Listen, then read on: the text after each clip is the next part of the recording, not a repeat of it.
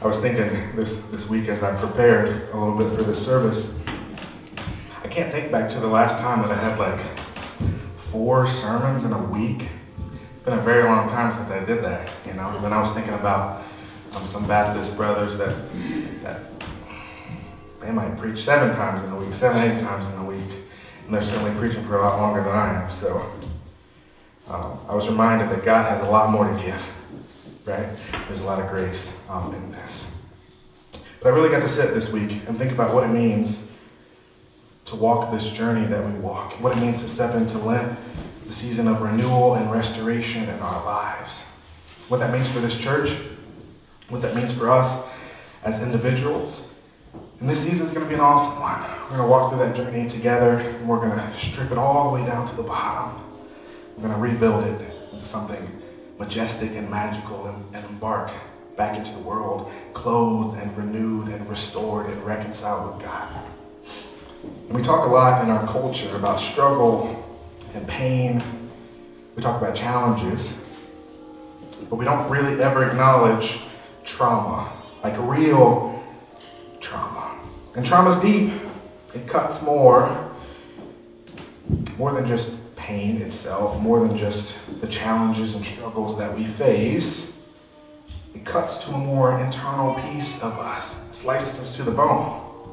As a result of the severity of these wounds that we gather over time, trauma isn't so easy to shake. You can't just shake it off. It's not something that just one therapy session or like a really good prayer fixes. It doesn't work that way. Trauma takes real work to address.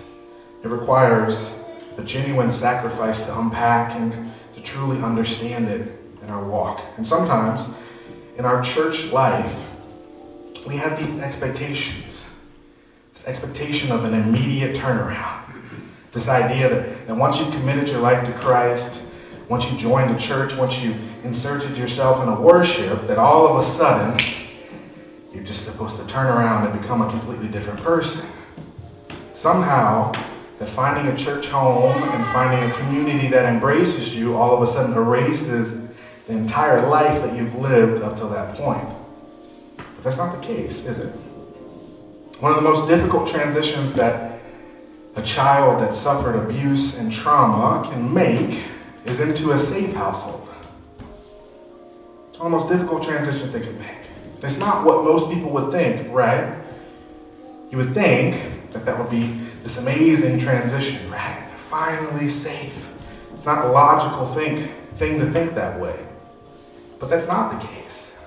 If you spent your entire life being subject to abuse and trauma and not knowing where love is going to come from or if it's going to come at all, and then all of a sudden, in the blink of an eye, that experience is gone. All the trauma and the abuse and the fear is all gone in an instant.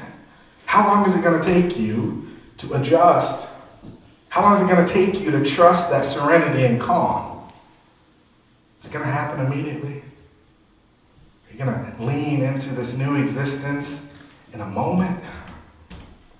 How long are you going to trust that love that you get? That it's not going to turn around right back into what you experienced before. The reality is that these experiences that we have, this trauma that we carry, they serve to shape the way that we walk through this world. They become huge pieces of who we are as individuals. Whether we recognize it or not, we carry those things on our sleeves. We carry those things on our backs, on our shoulders. We carry those things on our hearts. And as a result, our behavior is influenced by that trauma. The trauma that we carry through the years, and the choices that we make are directed by a soul pain that we drag along with us. And there's no easy or immediate fix for this trauma. And your cardiologist will probably tell you that a healthy heart, well, it just requires a healthy diet, about 30 minutes of exercise a day, right? And you're good. But a healthy soul doesn't really work that way. It's not quite that easy. You need a lot of love. You need a whole lot of God. And you need to encounter a tremendous amount of grace for a healthy soul. It takes a lot of work. But as a church, as a community, our expectation can't be immediacy. Our standard, it can't be hyper-focused on reforming the actions. The focus has to be on reforming the heart. My friends, that's the hard work of faith. Recognizing that the actions might not line up with the heart. And holding the heart anyway. And that's what the season of Lent is all about. As I said, this is my favorite season, and I like to think of it as the season of suck. It's kind of a weird name, but say it aloud, season of suck. Yeah, I want that to be in your head, the season of suck. It's really what it is. Lent is a weird word too, but suck is that word. And in this season, we're forced to acknowledge the ugly parts of ourselves. The real ugly parts of ourselves. If you ever look in the mirror, it's like, wow, today's not my day. That's what Lent feels like. Got to acknowledge some of those ugly parts. And we have to sit with it. And it's not just to sit and feel sorry for yourself and sulk about the worst traits that you have, right? It's not about indulging and feeling sorry for yourself, but it's about this hard work of reconciling the person that we are with the person that we're called to be. And I don't think anybody in this room would accept the idea that they're the person that they're called to be right here in this moment. There's some work to be done, right? The person that you are is not the person that you're called to be. And there's this moment when you get into doing that work and you surrender to the season, when your spirit sucks you down and says, get down here. And that's what the season of suck is about. Get down here and do some of this work. Because we all have it down here. We all have that yearning to really become the person that we want to be, to really become the person that God calls us to be. And we've been kind of just putting it off. I don't have time this week. I really can't devote 30 minutes to a devotional because I got this to do and this to do and this to do, right? I just don't have the time. But this season, you're going to make the time, right? We're going to commit ourselves to that. And on this day, this Ash Wednesday, we're reminded in a very literal and visceral way of our mortality.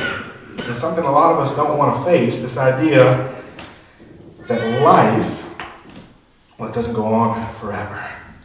That our walk on this journey, that our walk on this earth, well, it's finite. It's so incredibly finite. When you blink, it's gone. Right? Instead of mourning what life was, this is the day that we celebrate what life is. We allow ourselves to be reborn and restored and resurrected in this image of Jesus, this idea of who we're called to be. And as we embark on this journey together as a community and also guided by God, well, my friends, it's up to you. It's up to you to be honest with yourself, to truly address that trauma that you're carrying. And you might say, Michael, I don't have any trauma. I don't have any trauma. I'm good. Maybe you don't. Maybe you don't. But I have a feeling that you probably do. That there's probably something that's tugging on your soul. And it's saying, hey, get down here. And maybe that's your childhood that you haven't acknowledged was a little bit more abusive than you thought it was. And maybe that's the end of a relationship or a friendship that you really haven't quite let go of. Maybe that's addictions that have begun to control the way that you see the world, the way that you live your life. It's up to you to recognize those behaviors that are driven and guided by your trauma. The fear and doubt, the ego and pride, the unworthiness and hatred.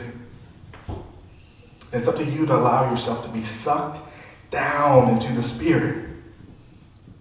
It's up to you to do the hard and long work of transformation and ultimately evolution Because that space between where you are and where you want to be, it's only as far as you allow it to be. And on this day of rebirth, this day that we surrender our will to God, if you're willing to lean in, you might find that your brain just falls right into your heart. From ashes you have come, to ashes you shall return.